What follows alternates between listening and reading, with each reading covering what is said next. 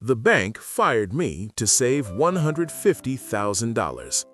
I charged them $500,000 to fix their server the next day. The silence in a data center is terrifying. It is supposed to be loud. You are supposed to hear the hum of cooling fans and the whirring of hard drives. But on Tuesday morning, the server room of First Horizon Bank was dead silent. The lights were flashing red.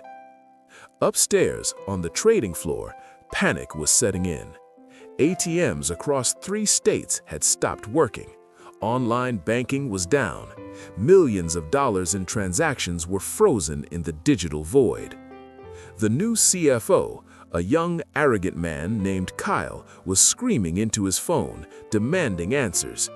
He had fired me exactly 24 hours ago to trim the fat and save the bank money. He called me a dinosaur. He said my job could be done by a cheap team overseas. He didn't realize that I wasn't just maintaining the servers. I was the only person alive who knew the password to the 40-year-old mainframe that held the entire bank together. My phone rang. It was Kyle. I let it go to voicemail. It rang again and again. I took a sip of my coffee, sitting on my porch, enjoying my first day of retirement. I knew exactly what was happening. The garbage collection script I wrote 10 years ago had failed to run because I wasn't there to manually override the error code. The bank was bleeding $2 million an hour, and the only person who could stop the bleeding had just been kicked out of the building. Kyle thought he fired an employee. He didn't know he had just negotiated the most expensive consulting contract of his life. Here is the story of how I made 3 years' worth of salary in a single afternoon. My name is Robert. I am 58 years old, and for the last 25 years, I have been the senior systems architect for a regional bank in Chicago. If you walked past my desk, you wouldn't be impressed. I don't use a MacBook, I don't wear hoodies, I wear a tie, and I work on a terminal with a black screen and green text. The bank runs on a system called a mainframe, specifically an IBM Z series. The core banking code, the software that actually moves the money, was written in the 1980s in a language called COBOL. It is ancient, clunky, and ugly, but it is fast and it is secure. The problem is, nobody learns COBOL anymore. The young kids out of college want to write apps in Python or Java. They look at my code and see hieroglyphics. For years, I was the ghost in the machine. I kept the beast running. I knew which wires to wiggle and which lines of code to patch. I was paid $150,000 a year. To the bank, I was expensive furniture. Then came the merger. Our bank was acquired by a larger conglomerate, and they sent in the Bobs. Or rather, they sent in Kyle. Kyle was the new vice president of IT operations. He was 30 years old, had an MBA, and clearly had never touched a server rack in his life. His job was simple: cut costs to boost the stock price for the upcoming quarter. He called me into his office on a Monday. He didn't even offer me a seat. He was looking at a spreadsheet. "Robert," he said, not making eye contact, "I'm looking at your salary. It's significantly above market rate for a sysadmin." "I'm not a sysadmin, Kyle," I corrected him. "I'm a mainframe architect. There is a difference." Right, he waved his hand dismissively. "The thing is, we are modernizing. We're moving everything to the cloud. AWS, Azure, the future. We don't need whatever it is you do. We've hired a managed service provider in India. They can monitor the servers remotely for 1/10 of your cost." I tried to warn him. "Kyle, the cloud migration is a 3-year project. You can't just switch off the mainframe, and the remote team doesn't know the legacy protocols. There is a daily batch process that requires manual intervention because of a bug in the 1998 kernel." Kyle laughed. A bug from 1998? Robert, that's exactly why you're being let go. You're inefficient. If you were good at your job, you would have automated that by now. I can't automate it, I said. It requires a physical hardware key reset. Enough excuses, Kyle stood up. We are terminating your contract effective immediately. Pack your things, security will escort you out. He handed me a severance package. It was insulting. 4 weeks of pay and a standard NDA. I looked at him. I wanted to scream. I wanted to explain that he was pulling the plug on a life support machine. But then I looked at his smug face. I realized he wouldn't listen. He needed to learn. Okay, Kyle, I said. Can I at least leave a documentation manual for the new team?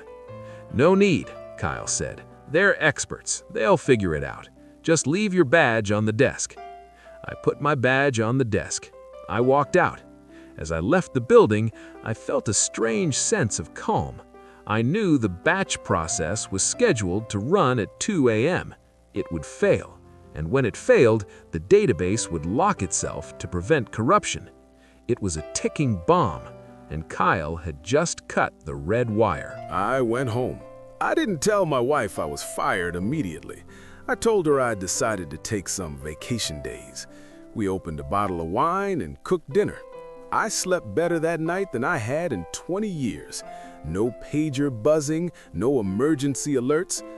At 2 a.m., while I was dreaming, the mainframe at First Horizon initiated its nightly reconciliation process. It reached the line of code labeled Check Hardware Key. Normally, I would be logged in remotely or present in the server room to input a specific rolling code generated by a physical token I kept on my keychain. It was a security measure implemented after a hack in the 90s. The system waited for the code. Attempt 1, timeout. Attempt 2, timeout. Attempt 3, timeout. Then the logic tree executed the fail command. Error. Security breach detected. Lockdown mode engaged. Database mounted as read-only. In layman's terms, the bank stopped being a bank. It became a library. You could look at the money, but you couldn't move it. At 3 a.m., the transaction processing servers in Japan tried to sync with Chicago. They failed. At 4 a.m., the ATM network sent a request for withdrawals. Denied. At 5 a.m., the online banking portal crashed because the queue of pending requests overloaded the web servers. By 8 a.m., when the branch managers unlocked the front doors of the bank branches, they couldn't log in to their tellers' computers. Customers were lining up outside, angry that their debit cards were being declined at Starbucks. And that brings us to 9 a.m. I was watering my garden when my cell phone rang. It was a number I recognized, the IT help desk. I ignored it. Then another call, the VP of Operations. Ignored. Then finally, Kyle. He left a voicemail. I played it on speakerphone while I pruned my roses. Robert, hey, it's Kyle. Look, we have a small hiccup with the servers. The remote team in India says they're locked out of the root directory. They mentioned something about a hardware key. Call me back, ASAP. His voice was calm, but I could hear the tension. He still thought it was a small hiccup. I didn't call back. An hour later, another voicemail. This time, he wasn't calm.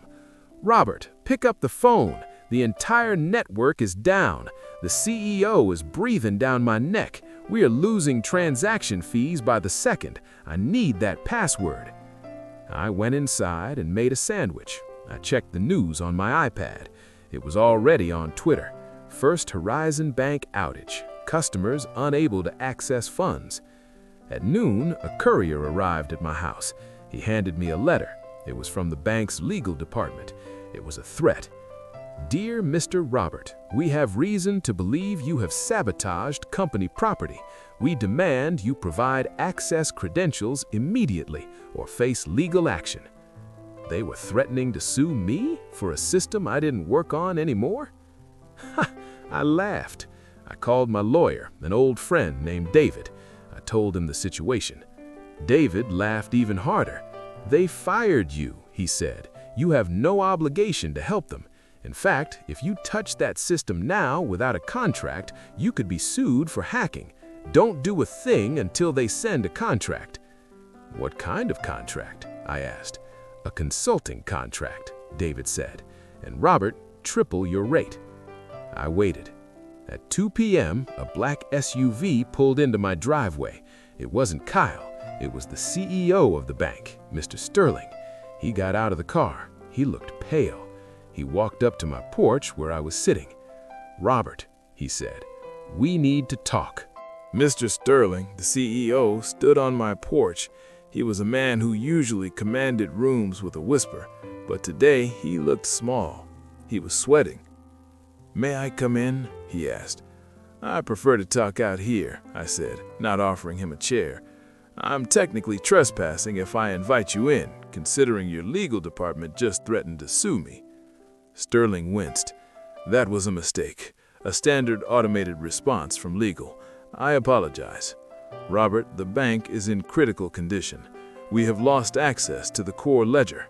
The Federal Reserve has already called me twice, asking why our settlement reports haven't come through. If we don't fix this by 5 p.m., the regulators will step in. They will shut us down."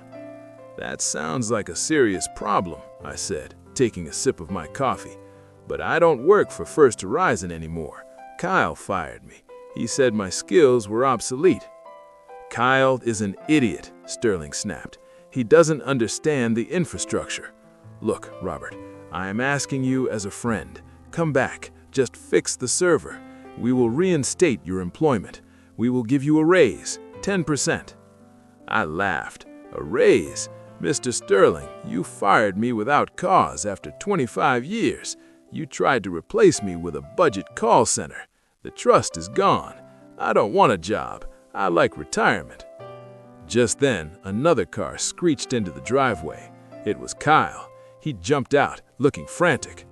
"Mr. Sterling!" Kyle shouted, running up the lawn. "Don't listen to him. He's holding the bank hostage. I told you, we can crack the password. I have a team of hackers working on it right now."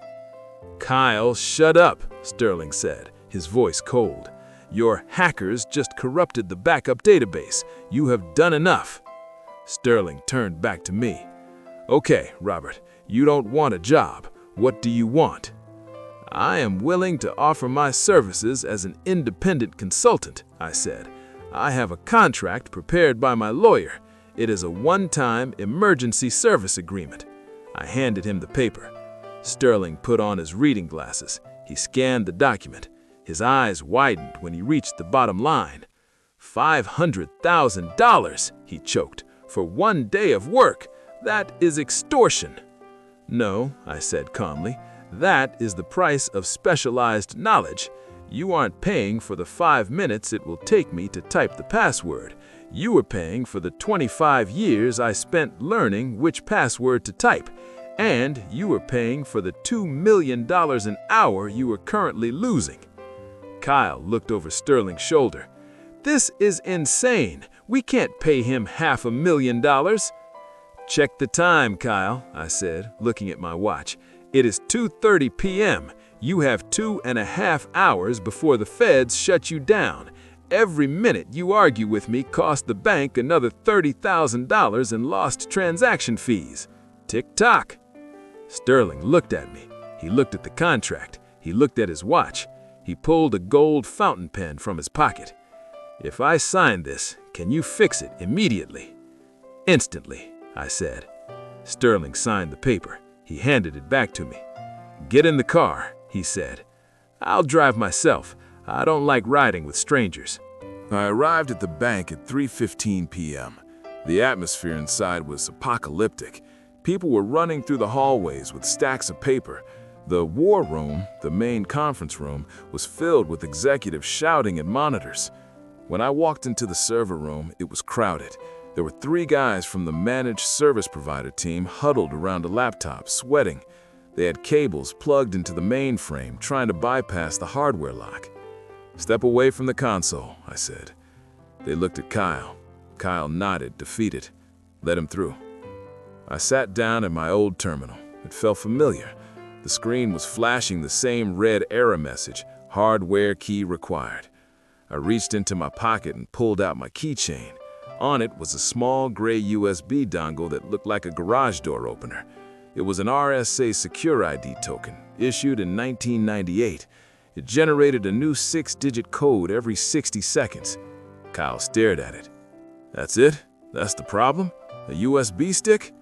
It's not a stick, Kyle. It's a physical authentication key. The system is air-gapped. It cannot be unlocked remotely. That is why your team in India couldn't fix it. You need to be in the room holding the key. I waited for the numbers on the token to change. 492118. I typed the numbers into the terminal. I hit enter. The screen paused for a second. Then the red text turned green. Access granted. System recovery initiated. Around us, the lights on the server racks stopped flashing red and turned to a steady, rhythmic blue. The hum of the cooling fans increased as the processors woke up. I typed one more command, run batch reconciliation now. It's done, I said, standing up. The database is unlocking. The ATM should be online in about 3 minutes. The room was silent. Kyle looked like he was going to be sick. He had caused a global outage because he didn't know about a keychain. You knew, Kyle whispered. You knew this would happen when you left. I tried to tell you. I asked if I could leave a documentation manual. You said, and I quote, "No need, they are experts." I just followed your instructions, Kyle. Mr. Sterling walked into the server room. Is it fixed? Yes, and per the contract, payment is due upon completion. I'll send you the invoice. I picked up my keychain and walked out. I didn't even validate my parking. The wire transfer for $500,000 hit my account the next morning. It was more money than I had made in the last 3 years combined. But the story didn't end there. 2 days later, I saw the news on Bloomberg. First Horizon Bank restructures leadership following major outage. Mr. Sterling had to answer to the board of directors. They wanted to know how a simple maintenance issue cost the bank millions in damages and lost reputation. Sterling didn't take the fall. He pointed the finger exactly where it belonged. Kyle was fired. But he wasn't just fired, he was blacklisted. In the banking industry, reputation is everything. Being the guy who broke the bank because you were too arrogant to listen to your senior engineer is a career death sentence. Last I heard, Kyle moved back to his parents' house in Ohio. As for me, the bank actually offered me a new contract. They wanted to pay me a retainer of $10,000 a month just to keep my phone on, just in case. I accepted. I spent the next year training a new replacement, a smart kid fresh out of college who actually wanted to learn COBOL. I taught him everything. I gave him the manual, and finally, I gave him the hardware key. I learned something important that day. In the corporate world, they tell you that everyone is replaceable, and that is true. But replacing someone costs money. Sometimes it costs a hell of a lot of money. Kyle thought value was about salary, how much he could save by cutting a paycheck. I proved that value is about knowledge, how much it costs when that person isn't there. Don't let anyone devalue your experience, and if they try to push you out the door, make sure you take your keys with you. Thanks for watching. If you enjoyed this story of corporate karma, hit that like button and subscribe, and let me know in the comments, have you ever had a boss who fired the wrong person? See you in the next one.